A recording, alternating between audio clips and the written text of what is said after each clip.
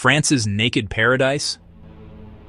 It's a headline designed to grab your attention, but what really happens inside Europe's most famous naturist village? Stay with me as we look beyond the stereotypes to discover the truth of this unique community. A village unlike any other. There is a purpose-built village on the sun-drenched south coast of France.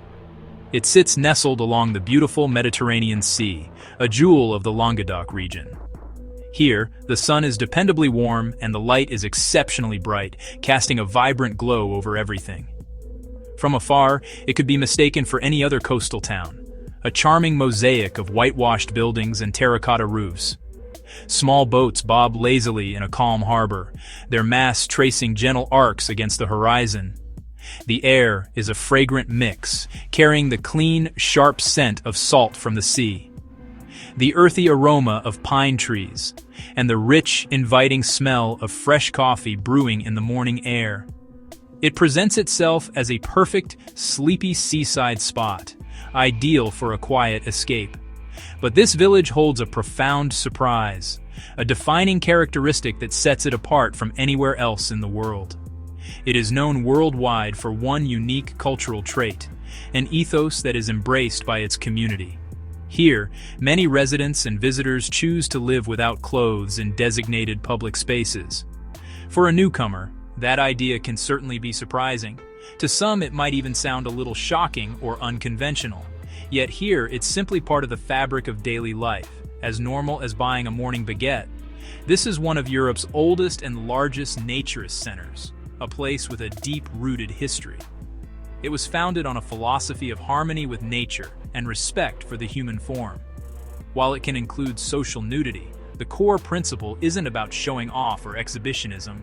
It's about freedom, simplicity, and a profound acceptance of the human body in its natural state. Every year, curious visitors come from all around the globe, drawn by its reputation. They come for the sun, the sea, and to experience a different, more liberated way of living. This village, now known as a peaceful naturist destination, was not always this way. For most of its existence, it was an anonymous hamlet, its identity known only to the families who called it home. Its history began like many others in this sun-drenched region, a simple fishing and agricultural community carved out between the rugged land and the vast, unpredictable sea. For centuries, life was tied to these fundamental elements. Generations of families worked the soil and sailed the waters, their daily existence dictated by the turning of the seasons and the rhythm of the tides. But in the mid-20th century, a new idea began to spread across a changing Europe.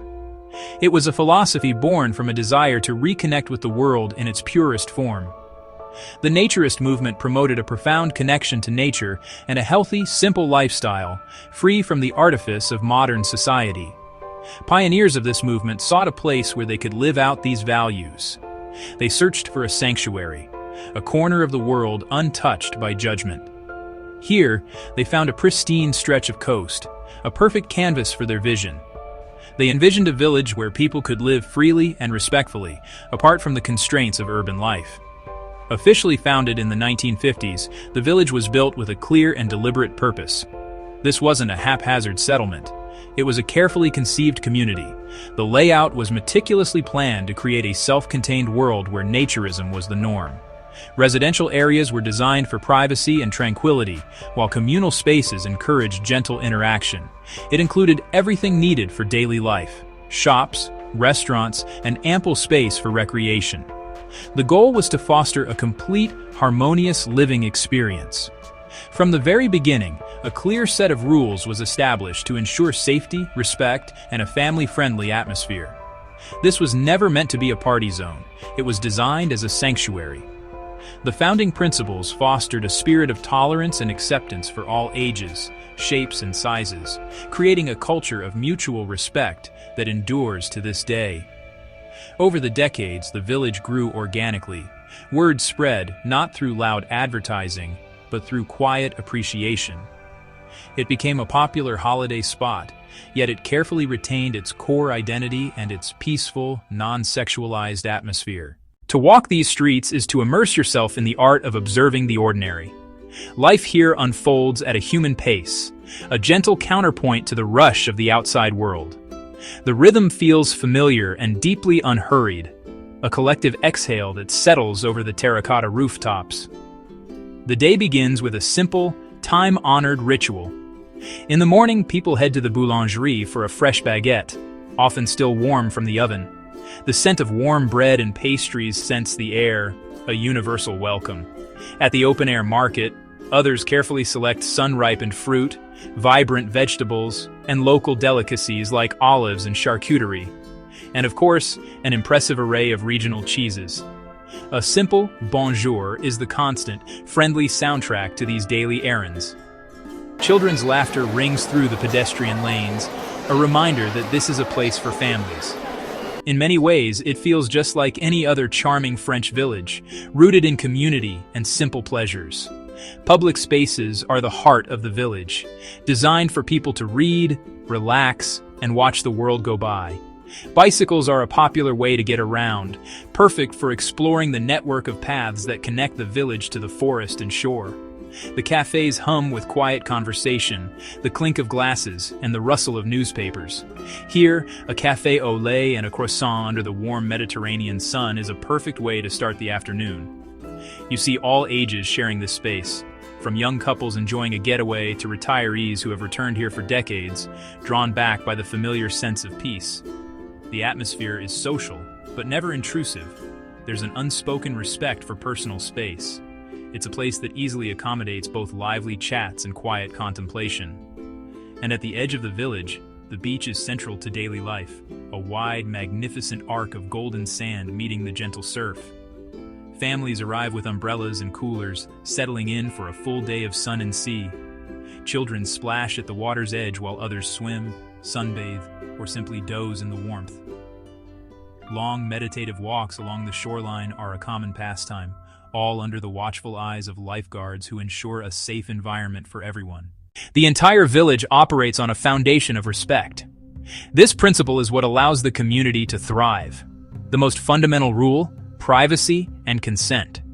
Taking photographs or videos without explicit permission is strictly forbidden. It's enforced, not optional. Keep cameras and phones stowed unless you're photographing landscapes or your own consenting group. Respect extends to behavior. No staring, no inappropriate comments. Intrusive behavior isn't tolerated. The culture is deliberately non-sexualized. Nudity is incidental. Interact as you would anywhere. Make eye contact, smile, converse politely.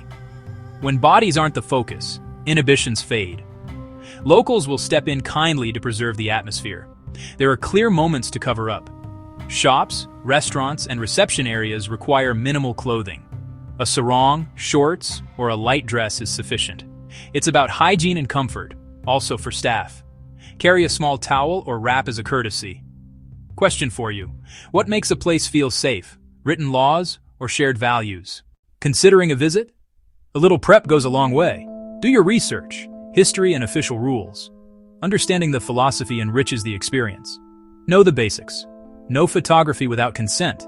Cover up indoors. Sun protection is essential. Apply and reapply. Pack light cover-ups for shops, cafes, and shade. Bring walking shoes. Fly nearby, take a train, then bus or taxi to the village. Inside, explore on foot or by bike. Compact and flat. Self-sufficient. Groceries, bakeries, and small markets. From snack bars to elegant dinners. Plenty of choice, lots of seafood. Carry some cash for small vendors. When in doubt, cover up indoors. Culture and community art, crafts, and live music animate the square, especially in summer. Residents are artists, musicians, and artisans. A cosmopolitan crowd, French, German, Dutch, English, and more. Clubs and sports help people connect beyond naturism.